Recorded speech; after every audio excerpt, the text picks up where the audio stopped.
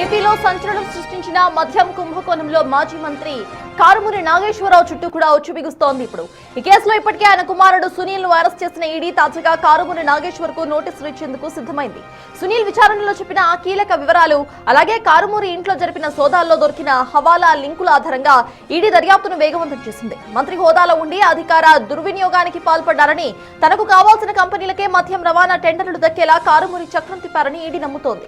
దాదాపు 100 కోట్ల మేర చేతులు మారినట్లుగా ఈ స్కామ్ లో ఆయన పాత్ర కూడా ఉందని అధికారులు ఇప్పుడు కీలకంగా భావిస్తున్నారు.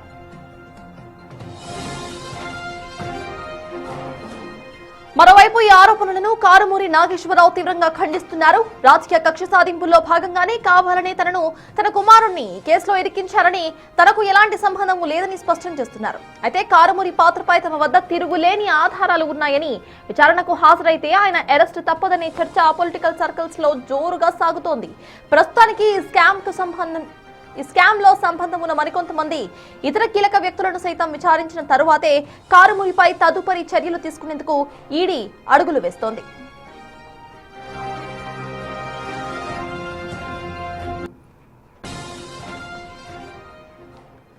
ఏపీలో సంచలనం సృష్టించిన మద్యం కుంభకోణం కేసుకు సంబంధించి మాజీ మంత్రి కారుమూరి నాగేశ్వరరావు చుట్టూ కూడా ఉచ్చు బిగుస్తోంది. దీనికి సంబంధించిన పూర్తి అప్డేట్స్ మా ప్రతినిధి రాణా అందిస్తారు.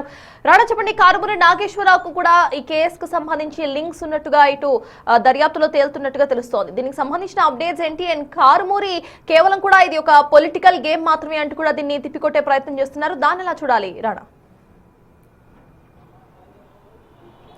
సర్తాజ్ 2020-2024 మధ్య జరిగినటువంటి మద్యం రవాణా కేసులో ముఖ్యంగా ఈయన మంత్రిగా ఉన్నారు కాబట్టి ఆ మంత్రిగా ఉన్నటువంటి సమయంలోనే టెండర్లు ఎవరికి దక్కాలి అన్న దానిపై కూడా వీరే డిసైడ్ చేసి వారికి అనుకూలమైనటువంటి కంపెనీలకి ఇప్పించుకోవడంలో కీలక పాత్ర వహించారు. దాని ద్వారా కూడా దాదాపు 100 కోట్ల రూపాయల వరకు కూడా వీళ్ళకి ముట్టింది డబ్బులు అనేది కూడా ఈడీ అధికారులు వారు చెప్తున్నారు. దీంట్లో చాలా కీలకమైనటువంటి పాత్ర కారుమూరి నాగేశ్వరరావుదే అని చెప్తున్నారు. ఎందుకంటే వాళ్ళ అబ్బాయి అప్పట్లో సిగ్మా కంపెనీ నుంచి కూడా ఆయన సబ్ కాంట్రాక్టులు తీసుకొని ఉత్తరాంధ్ర కానీ అలాగే గోదావరి జిల్లాలో కూడా ఈ మద్యం రవాణా సంబంధించిన టెండర్లు దక్కించుకున్నారు. అక్కడ పెద్ద ఎత్తున రవాణా చేశారంటూ కూడా ఆరోపణలు ఎదురయ్యాయి. దీనివల్ల కూడా దాదాపు 195 కోట్ల వరకు కూడా ప్రజాధనానికి గండి పడిందని కూడా చెప్తున్నారు. దీంతో ఈ కేసులో మొదటి నుంచి కూడా చెప్తున్నారు. ఎందుకంటే కారుమూరి నాగేశ్వరరావు పదవి లేకపోతే ఆయనకి ఈ కంపెనీలకి ఈ టెండర్లు దక్కే అవకాశమే లేదు. దాంతోపాటు వాసుదేవరెడ్డితో కుమ్మక్కై ఇదంతా ఒక తతంగం అంతా నడిపారని కూడా చెప్పారు. ఎందుకంటే ఇప్పటికే గతంలో ఈడీ అధికారులు కూడా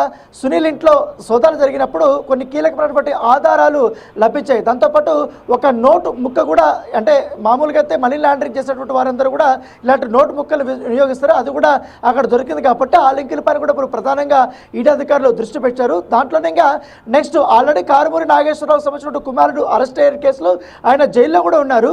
నెక్స్ట్ ఈడీ విచారణకి కారుమూరి నాగేశ్వరరావును పిలవబోతున్నారు. ఎందుకంటే ఈ కేసులో చాలా ప్రధానంగా ఈయన పేరు వినిపిస్తుంది. దాంతోపాటు పొలిటికల్ సర్కిల్లో కూడా ఈయన పైన బాగా విమర్శలు వస్తున్నటువంటి పరిస్థితి ఏర్పడుతుంది. దాంతోపాటు ఈ సిగ్మా కంపెనీకి సంబంధించినటువంటి యాజమాన్యము, దాంతోపాటు ఈ సబ్ కాంట్రాక్ట్ పొందినటువంటి కంపెనీలు ఏదైతే ఉన్నాయో ఆ కంపెనీల్లో కూడా కారుమూరికి చెందినటువంటి కంపెనీ ఉంది కాబట్టి ఆ ప్రతినిధులు కూడా మొదటిగా ఈడీ అధికారులు ప్రశ్నించిన తర్వాత ఆ పైన ఈయన అరెస్ట్ చేసే అవకాశం ఉన్నట్టుగా మనకు సమాచారం అవుతుంది. అయితే తన పైన వచ్చినటువంటి ఆరోపణలు ఆయన కొట్టువేస్తున్నప్పటికీ కానీ గతంలో ఈడీ అధికారులు ఎక్కడైతే వాళ్ళ ఇంట్లో సోదాలు జరిపినప్పుడు కూడా ఆయన ఆరోపణలు కొట్టివేశాడు, నాకు సంబంధం లేదని చెప్పాడు. కాకపోతే అప్పుడు ఆయన కుమారుని అరెస్ట్ చేశారు.